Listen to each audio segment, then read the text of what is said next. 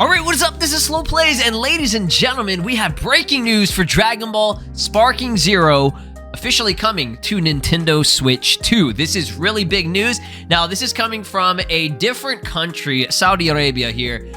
Really crazy because of the way that this is getting its, I don't know if you could say it's like a reveal or like a leak or whatever, but I guess you would say it's more of a leak because Nintendo hasn't come out yet and said, oh, by the way, we have our official trailer and all that stuff. No, but this is official. We know it was coming. Sparking Zero being on a higher end graphical capabilities with the, you know, Switch 2 having higher graphics and stuff. What did they say? 4K, 60 FPS and all that. Yeah, it makes sense. We all knew that Sparking Zero would eventually come to a Switch or Nintendo console, and they probably were just waiting for the Switch 2 to get announced first before they were like, all right, let's go ahead and get all this optimized and ready, because it's not going to run as well as probably what it's going to be like on the PS5 or even PC, right? The Switch 2 is not as graphically, you know, capable or extensive as those consoles. So, shout out to DB Game News, because without them, I wouldn't have known about this. They said, breaking news, Sparking Zero has been officially rated R. Not R as in like the movie rating, but it's like 12 and up. It's rated T for teen, just like, you know, normal, right? But again, it's in Saudi Arabia here.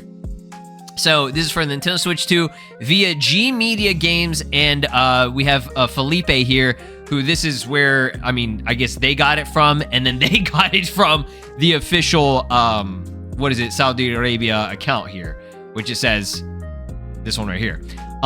It's called G Media _Games. This is an official account.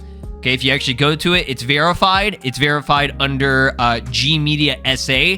Assuming all this is just like an official, you know, I mean, this is the official account of the General Authority for, I'm not even sure what that says, but it's customer service G Media together. So this is whatever they use in Saudi Arabia for their, you know, ratings. Like, this is the rating system that they have, as you can see right here at the top.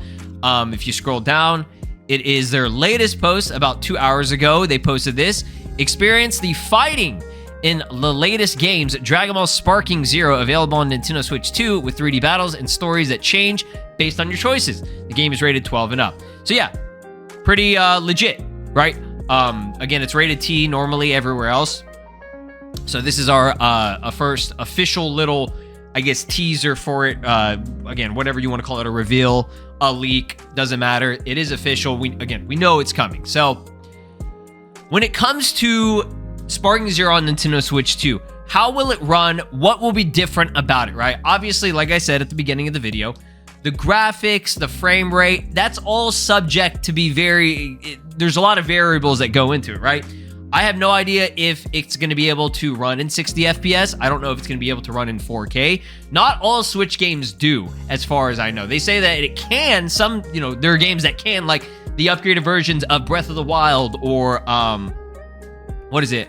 I don't even know if Mario Kart World does it or not. I would assume it does, but if it doesn't, then, I mean, whatever. But I'm just saying, like, that's like the only game that's coming out on launch with the Switch 2. Again, we have we have a little over a month until the Switch 2 releases.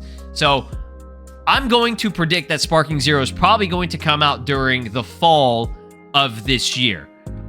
With previous, if we go through the history, previous Dragon Ball games and even anime games, it's usually they have a release officially for every other console except for Nintendo Switch, and then 1 year later they have it optimized and ready to release, usually during the fall.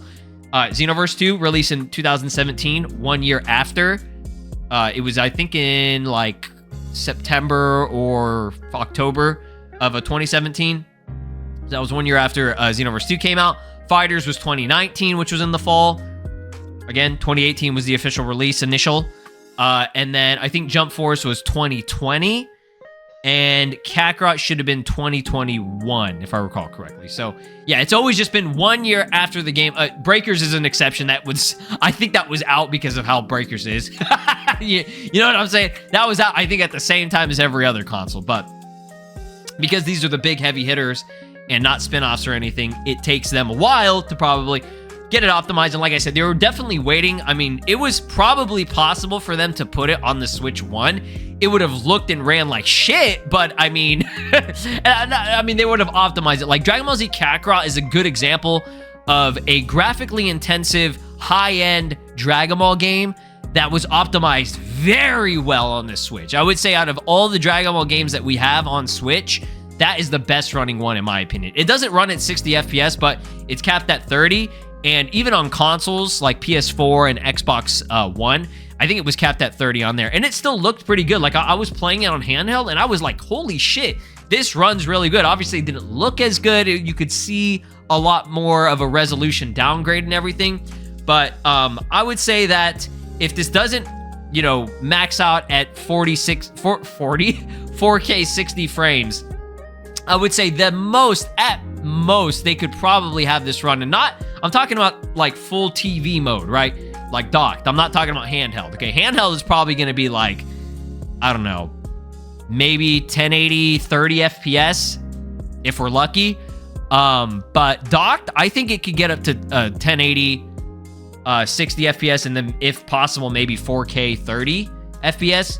Again, it's going to be something more akin to what the PS4 and Xbox One, I guess, would be able to handle. And I know people are going to say, well, if they're able to put it on the Switch too, why didn't they put it on the previous consoles? Well, they again, remember, they rushed this game out. We can all agree it was definitely rushed out. If they took the time and, you know, decided to release this maybe sometime around this time or summer of this year, it probably would have been a lot better, right? There would have been probably less issues with it. It would have probably been optimized better, and they probably would have been able to have it on the previous gens, right?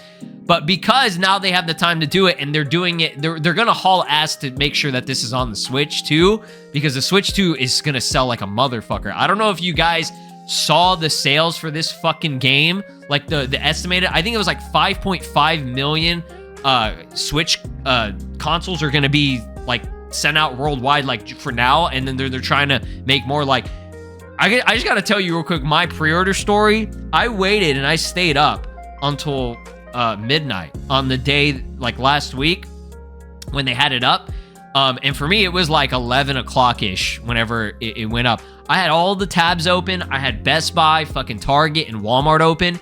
And that shit exploded. Everything blew up. Best Buy didn't even go up until like 30 minutes later after they promised it was going to go up at a specific time. So they fucked up there. But Best Buy was all fucked up. It was broken. The website wasn't even working for me. I went on Target, and Target was like first come, first serve. Walmart, they put me in a line, and I was in that line for like an hour, okay? And nothing happened for like an hour until it finally appeared, okay? And I had to constantly, you know, open up new tabs to see what was going on with Walmart. But Target, it was constant over and over and over and over. It was so fucking stressful. And I know first world problems, like, you know, trying to pre-order a fucking game console, like trying to get this shit so that you have it on launch, right? And the only game that's gonna be fucking on launch is Mario Kart World. That's it. That's the craziest thing. Like, I look back on me doing this in the pre-order, and I'm like, I'm excited for Mario Kart World, and I cannot wait to play it. But man, what the fuck, bro? That's the only game I'm gonna have to play until probably Donkey Kong comes out a month or two later. What is it, in like July? That game looks gas, by the way. So I have that. I have Pokemon to look forward to in the fall.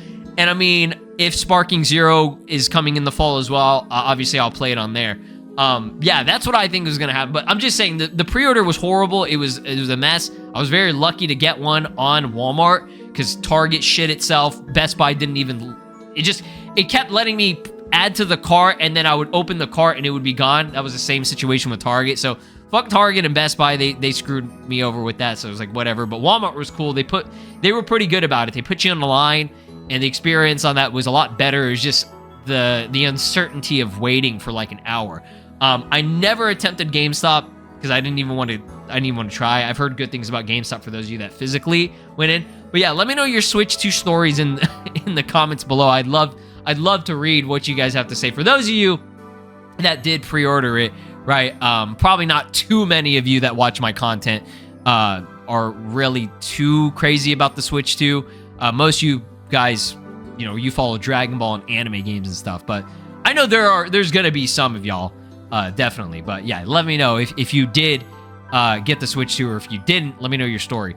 But yeah, other than that, I think if we're lucky, we could go back to the Wii, the OG Wii days, with Tenkaichi. I think Tenkaichi 2 and 3 were on the Wii. I can't remember, but there was motion controls with that. So there's always a possibility that they do this because Xenoverse 2 also did the motion control thing. Okay, because they're arena fighters, they were able to do that, and like you would do certain hand motions and stuff to perform certain attacks, which I really thought that was a cool addition. I didn't utilize it as much. Obviously, the Switch, the benefit of a Switch is having the ability to play these games, natively here on your fucking console at any point in time. Okay, it's not like that stupid PS Portal bullshit where it's like the fucking thing that you do on your phone where you just have it mirroring onto your phone. That's dumb, right? That's stupid as shit, and it ends up running like shit as well because you have to make sure you got to make sure your internet is immaculate and you're inside your fucking PS5 so that you can actually have that run. No, I just want this shit to run smooth without any disconnections or like major lag. I think it's going to be optimized pretty well. Again, I'm not promising that it's going to be like obviously as good as what you're seeing on here, but they were able to get 720p 60 FPS during certain modes on Xenoverse 2, and that actually it ran and it looked good to me, right? In my opinion, I think resolution is not as important as frame rate is. Okay, that's just me.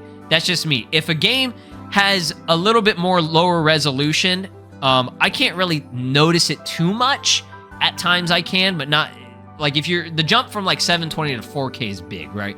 But like 1080p to 4K, it's not as noticeable. You can notice it, but it's not as major. So as long as it runs in 60 FPS, if they can do that, that would be phenomenal. If not, I know that this game has a lot of fucking effects and explosions and everything, and like, just there's a lot going on whenever you're doing shit, right? Beam clashes would probably blow this shit up. I'm telling you right now, first beam clash is gonna blow this fucking game up. But yeah, that's the situation with the Switch 2. That's the situation with Sparking Zero coming to Switch 2. I'm actually really, really excited for this. This is like the 5th time I'm gonna buy this fucking game, so Bandai, y'all just suck the money from me, y'all. But yeah, for those of you that, are not even getting a Switch 2, then you don't even need to waste your money on this shit again. But yeah, again, the sale for